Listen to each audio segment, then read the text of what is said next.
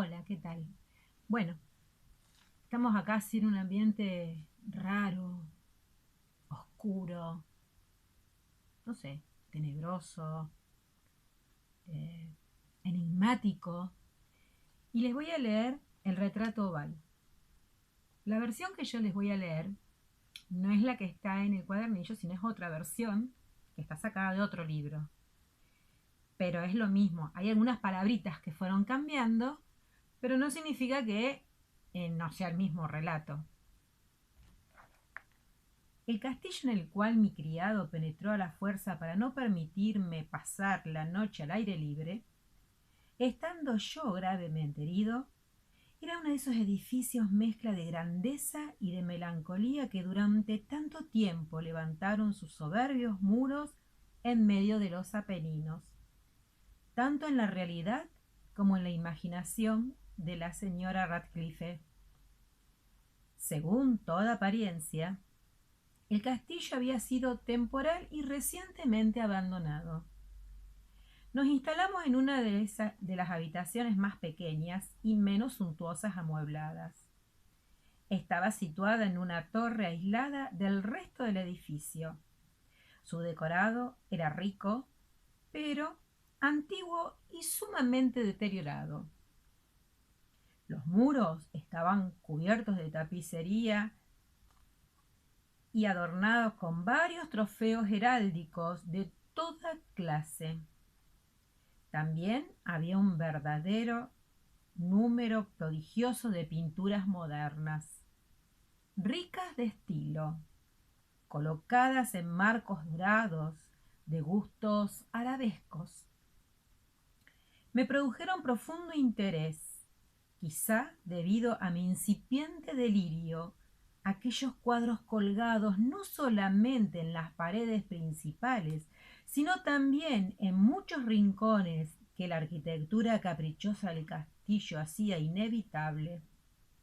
Le pedí a Pedro que cerrara los pesados postigos del salón, pues ya era de noche, que encendiera un gran candelabro de muchos brazos colocado al lado de mi cabecera, y que abriera completamente las cortinas de negro terciopelo, guarnecidas de festones, que rodeaban el lecho.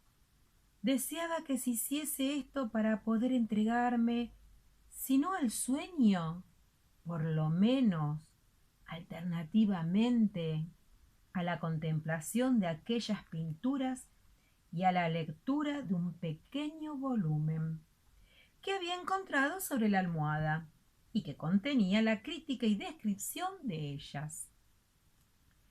Largo, muy largo tiempo leí y contemplé devota y religiosamente los cuadros. Las horas huyeron rápidas y silenciosas, y llegó la medianoche. La posición del candelabro me molestaba.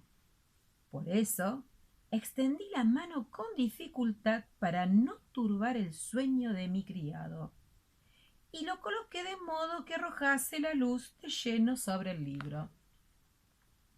Pero este movimiento produjo un efecto completamente inesperado. La luz de sus numerosas velas dio de pleno en un nicho del salón que era una de las columnas del lecho, había cubierto hasta entonces con una sombra profunda. Vi, envuelto en viva luz, un cuadro que no había visto antes. Era el retrato de una joven, ya próxima a ser mujer. La contemplé rápidamente y cerré los ojos. ¿Por qué hice esto? No me lo pude explicar al principio, pero mientras mis párpados permanecían cerrados, analicé rápidamente la razón que me los hacía cerrar.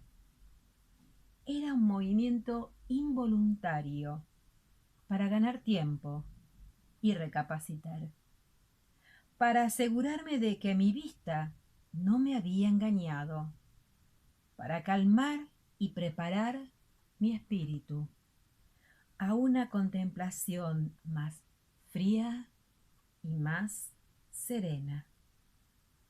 Al cabo de algunos momentos volví a contemplar fijamente el cuadro. No era posible dudar, aun cuando lo hubiese querido, porque el primer rayo de la luz, el lienzo había desvanecido el estupor delirante que había poseído mis sentidos y me había regresado repentinamente a la realidad de la vida. El cuadro representaba, como ya he dicho, a una joven. Se trataba sencillamente de un retrato de medio cuerpo y estaba hecho en lo que se llama técnica estilo viñeta. Había en él mucho de la manera de pintar de Sully en sus cabezas favoritas. Los brazos, el seno y las puntas de sus radiantes cabellos se fundían en una sombra vaga, pero profunda, que servía de fondo a la imagen. El marco era oval, magníficamente dorado y de un bello estilo morisco. Como obra de arte, nada podía ser más admirable que la pintura misma. Pero tal vez no fuese ni la ejecución de la obra, ni la inmortalidad de la belleza. No podía creer que mi imaginación, al salir de su delirio, hubiese tomado la cabeza por la de una persona viva. Pero los detalles del dibujo, el estilo de viñeta y el aspecto de Marco no me permitieron dudar ni un solo instante. Abismado en estas reflexiones, permanecí una hora entera con los ojos fijos en el retrato. Aquella inexplicable expresión de realidad y vida que al principio me hiciera estremecer, acabó por subyugarme. Lleno de terror y respeto, volví a colocar el candelabro en su primera posición. Habiendo así apartado de mi vista la causa de mi profunda agitación, me apoderé ansiosamente del volumen que contenía la historia y descripción de los cuadros. Busqué inmediatamente el número correspondiente al que marcaba el retrato oval y leí la extraña y singular historia siguiente. Era una joven de extraordinaria belleza, tan amable como llena de alegría. Pero maldita fue la hora en que vio, amó y se casó con el pintor. Él tenía un carácter apasionado. Era estudioso, austero, y ya se había casado con su arte. Ella, joven, de rarísima belleza, toda luz y sonrisa, con la alegría de un cervatillo, todo lo amaba, nada odiaba, salvo el arte, que era su rival. No tenía más que a la paleta, los pinceles y demás adversos instrumentos que le arrebataban el amor de su adorado. Fue pues algo terrible para esta dama oír al pintor expresar su deseo de retratarla. Pero ella era humilde y obediente y se sentó dulcemente durante largas semanas en la sombría y alta habitación de la torre, donde la luz se filtraba sobre el pálido lienzo solamente por el cielo raso. El artista ponía su gloria en su obra, que avanzaba de hora en hora, de día en día, y era un hombre vehemente, extraño, pensativo, y que se perdía en mil sueños, tanto que no quiso ver que la luz que penetraba tan lúgubre en esta torre aislada secaba la salud y los encantos de su mujer, quien se consumía para todos excepto para él. Ella, no obstante, sonreía más y más, porque veía que el pintor, que tenía gran renombre, experimentaba un vivo y ardiente placer en su tarea y trabajaba noche y día para trasladar al lienzo la imagen de la que tanto amaba, la cual cada día se volvía más débil y desanimada. Y en verdad, los que contemplaban el retrato comentaban en voz baja su semejanza maravillosa, prueba palpable del genio del pintor y del profundo amor que su modelo le inspiraba. Pero al fin, cuando el trabajo tocaba a su término, no se permitió a nadie entrar en la torre, porque el pintor había llegado a enloquecer por el ardor con que tomaba su trabajo y rara vez se levantaba los ojos del lienzo, ni aun para mirar el rostro de su esposa. Y no quiso ver que los colores que esparcía sobre el lienzo los arrancaba de las mejillas de la que estaba frente a él. Y cuando muchas semanas hubieron transcurrido y quedaba muy poco que hacer, solo una pincelada sobre los labios y algún retoque en los ojos, el alma de la dama vaciló, como la llama de una lámpara que está a punto de extinguirse. Y entonces se dio la última pincelada.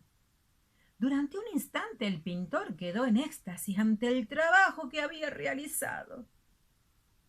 Pero un minuto después, mientras aún contemplaba su cuadro, se estremeció, se puso pálido y gritó horrorizado: «¡En verdad, esta es la vida misma!».